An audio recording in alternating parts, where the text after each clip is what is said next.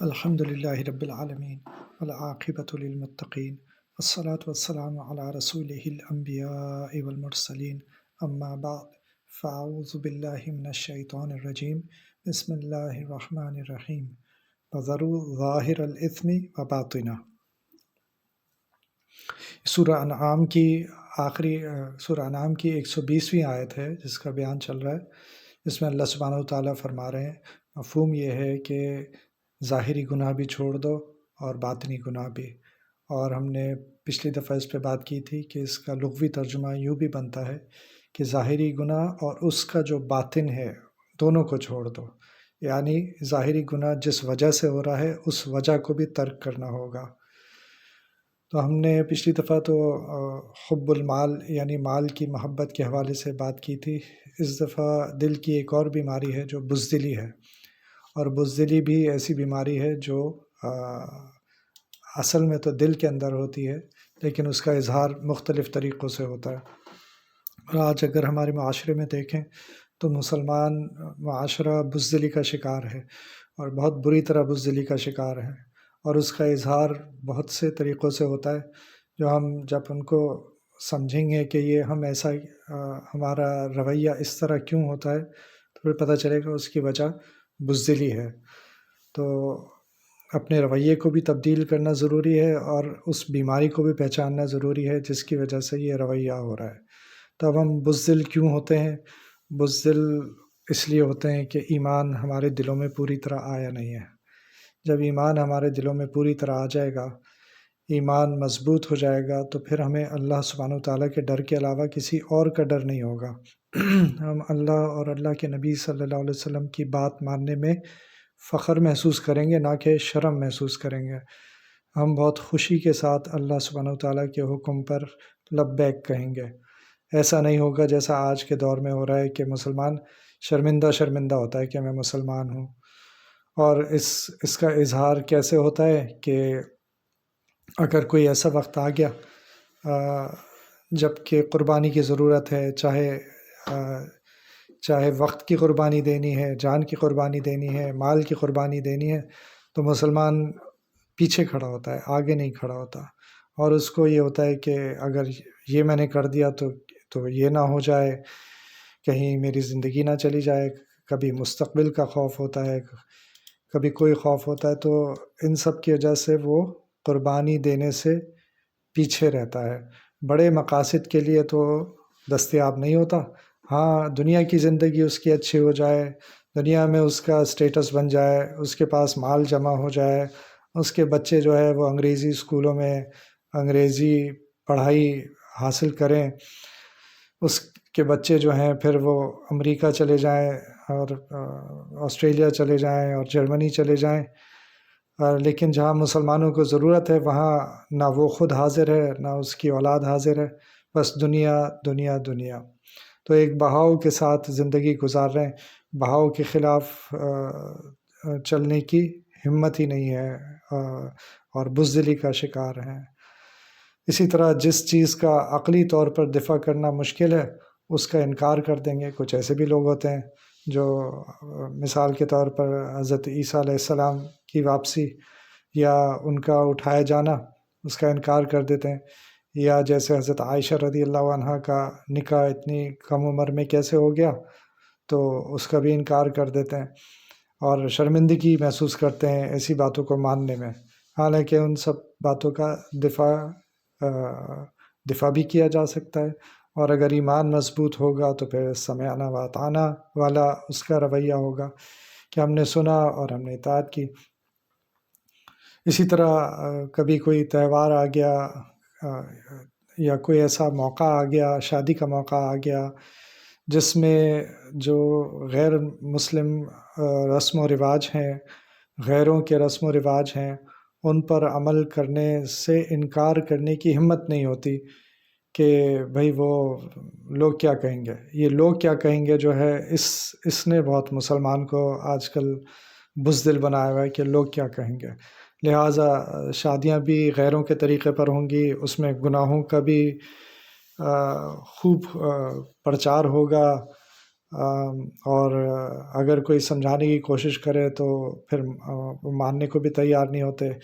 اور mixed gatherings ہوتی ہیں، مخلوط محفلیں ہوتی ہیں، مرد اور عورتوں کا اختلاط ہوتا ہے، اور گانے بجانے ہوتے ہیں، اور پتہ نہیں کیا کیا خرافات ہوتے ہیں. تو یہ سب کس وجہ سے؟ اس لیے کہ انسان بزدل ہے، اللہ سے نہیں ڈرتا، مخلوق سے ڈرتا ہے کہ لوگ کیا کہیں گے، اور لوگ راضی نہیں ہوں گے، اور وہ بیوی راضی نہیں ہو رہی، اور گھر والے راضی نہیں ہو رہے. تو اتنا بزدل ہو گیا کہ عورت سے بھی ڈرنے لگا. عورت کی بھی بات یعنی گھر کا سربراہ ہونے کے باوجود گھر کی سربراہی جو ہے وہ عورت کے حوالے کر دی. اسی طرح سنت پر عمل کرنے کی ہمت نہیں رکھتا کہ لوگ کیا کہیں گے. تو میں نے داڑھی رکھ لی تو کیا ہوگا، اور گھر میں بیوی نے پردہ کر لیا تو پھر لوگ کیا کہیں گے. اور اس طرح تو مجھے آفس میں مجھے شرم آئے گی وہاں پر اگر میں نے داڑھی رکھ لی یا میں نے سنت کے مطابق اپنا لباس اختیار کر لیا. تو یہ ساری بزدلی کی نشانیاں ہیں کہ اسلام کی جو شعائر ہیں ان کے اوپر عمل کرتے ہوئے شرم آتی ہے. شرم کی بات تو یہ ہے کہ آپ کو اس پہ شرم آتی ہے، مخلوق سے شرم آتی ہے، اللہ سے شرم نہیں آتی. ایک صاحب کہنے لگے کہ آج کا مسلمان بھی عجیب ہے، کہ مطلب کچھ مسلمانوں کے بارے میں فرمانے لگے کہ ایئرپورٹ پہ نماز پڑھ رہے ہیں. بھئی گھر جا کے پڑھ لو، ضروری ہے تم ایئرپورٹ پہ پڑھو؟ یہاں تو پہلے ہی اسلام کے خلاف اتنے لوگوں کو خوف ہو گیا ہے اسلام سے، اور تم وہ ایئرپورٹ پہ نماز پڑھ رہے ہو. بھئی ایسے پڑھ لو اپنی، یا داڑھی رکھ لیتے ہیں. اب جب پہلے ہی داڑھی کے بارے میں لوگوں نے کیسی کیسی باتیں شروع کر دی ہیں، اور مسلمانوں کا ایک امیج بن گیا اور یہ داڑھی رکھ لیتے ہیں. تو اب یہ ایک بزدلی کی نشانی ہے کہ اپنے دین پر عمل کرتے ہوئے شرم محسوس ہو رہی ہے یا ڈر محسوس ہو رہا ہے. جبکہ ایک دنیا کا مشہور ترین پوڈ کاسٹر ہے، اس کا نام ہے جو روگن. اس نے مسلمانوں کی تعریف کرتے ہوئے کہا، پہلے تو اس نے عیسائیوں کی برائی کی کہ عیسائیوں کا تو اب کوئی مذہب ہی نہیں ہے، چرچ جو ہے وہ کبھی کچھ قانون بدل دیتا ہے، کبھی کوئی قانون بدل دیتا ہے، چرچ بھی بدل دیتا ہے، اور جو اس کے ماننے والے ہیں ان کو بھی کوئی احساس نہیں ہوتا، شرم نہیں آتی کہ یہ کیسا دین ہے کہ جب چاہیں قانون بدل دیتے ہیں، اور حالات کے حساب سے قوانین اور شریعت بدلتی رہتی ہے. تو عیسائیوں کو تو اس بات کا کچھ احساس ہی نہیں ہوتا. پھر جو روگن نے کہا کہ پھر مسلمانوں کو دیکھیں کہ ان کی کیسی اپنے دین پر کتنے مضبوط ہیں، ان کی زندگی میں کتنا ڈسپلن ہے، کہ اگر سڑک پر ہوں گے اور نماز کا وقت ہو گیا، اسٹیشن پر ہیں، ایئرپورٹ پر ہیں، جہاں بھی ہیں، نماز کا وقت ہو گیا، نماز نہیں چھوڑیں گے. ایک آدمی بھی اگر اکیلی پڑھنی ہے اسے نماز، تو وہ کہیں کونے میں کھڑا ہو جائے گا اور نماز پڑھنی شروع کر دے گا. یہ مسلمانوں کا ڈسپلن ہے. پھر اس نے رمضان کی مثال دی کہ رمضان آ جائے اور مسلمان کھا لے یا پی لے، یہ ہو نہیں سکتا. تو اصل جو ڈسپلن والا مذہب ہے وہ تو مسلمانوں کا، یا مسلمانوں کا عمل جو ہے وہ ڈسپلن والا. تو ایک طرف دنیا کا ایک مشہور ترین جس کے ملینز میں اس کے فالوورز ہیں، وہ اس طرح کی بات کر رہا ہے. دوسری طرف ہم مسلمان ہیں کہ ہمیں شرمندگی ہوتی ہے کہ ہم کیوں اس طرح سے کھل کر اسلام کا اظہار کیوں کرتے ہیں، اور اپنی نماز اگر پڑھنی ہے تو پبلکلی کیوں پڑھ لیتے ہیں. ان باتوں پہ ان صاحب کو شرم محسوس ہو رہی تھی. یہ بزدلی کی علامات ہیں، اور اب ان کی کچھ وجوہ بھی ہوں گی، کچھ ایسی باتیں، اسباب بھی ہوں گے، سبب ہوں گے جن کی وجہ سے اس طرح کی سوچ پیدا ہو جاتی ہے. تو بس وہ ایک تو ان میں سے یہی بات ہے کہ ایمان دلوں میں پوری طرح آیا نہیں ہے، مستقبل کا خوف ہے، زندگی کا بھی خوف ہے کہ میری زندگی نہ چلی جائے اگر میں اس معرکے میں شریک ہو گیا، یا میں نے یہ ٹریننگ حاصل کر لی تو کہیں میں نظروں میں نہ آ جاؤں.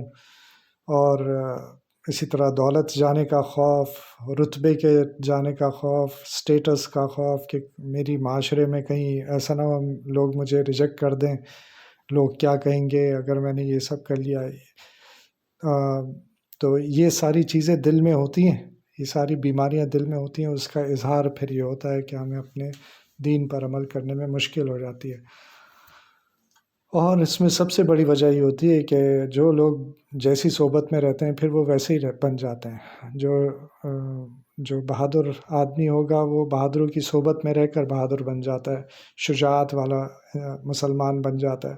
جو بزدل ہوتا ہے تو معاشرہ پورا ہی تقریباً ایسا ہی ہو گیا جیسی نشانیاں بھی بتائیں. تو بس ایسے لوگوں کی صحبت میں رہیں گے تو بزدل ہی بنتے جائیں گے. تو اپنے لیے ہمیں ایسے لوگ تلاش کرنے چاہیے جو بزدل نہ ہوں بلکہ ان کے اندر شجاعت والی صفت ہو. وہ صفت جن لوگوں میں ہوگی وہ ہم ان کو ڈھونڈیں، ان کی صحبت میں رہیں گے تو ہمارے اندر بھی شجاعت پیدا ہوگی. اور یہ جو کام ہمیں مشکل لگتے ہیں، ایک امریکی عالم دین ہے، میرے استاد بھی ہیں شیخ ہاشم صاحب، ان کی بیٹے کی شادی ہوئی، اس میں انہوں نے ہمیں دعوت دی. اور دعوت کیسے دی کہ ایک میسج کر دیا فون پر کہ اتنے بجے ولیمہ ہے اور آپ آئیں گے تو ہمیں خوشی ہوگی. تو ہم اسی وقت پہنچ گئے جتنے بجے انہوں نے لکھا تھا، اسی وقت کھانا انہوں نے شروع کر دیا. کوئی کسی کا انتظار نہیں، نہ وہ کسی کو روک رہے تھے کہ آپ جلدی جا رہے ہیں. تو جیسے جیسے لوگ فارغ ہوتے جا رہے تھے وہ جاتے جا رہے تھے، مزید لوگ آتے جا رہے تھے اور یہ سلسلہ چلتا رہا. ہم نے زمین پہ بیٹھ کے کھانا کھایا، ہم نے جس طرح سنت طریقے سے کھایا جاتا ہے اس طریقے سے کھایا. اور پھر ہم واپس آ گئے. تقریباً 1.5 گھنٹے میں ہم لوگ واپس گھر پہنچ چکے تھے.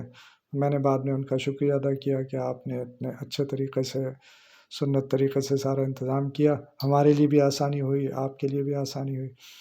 تو اب وہ کون ہے؟ وہ ایک امریکی عالم دین ہے جو کسی زمانے میں مسلمان ہو گئے. ان کا باقی خاندان یہودیت سے، والد صاحب کا تعلق یہودیت سے تھا لیکن وہ مسلمان ہو گئے.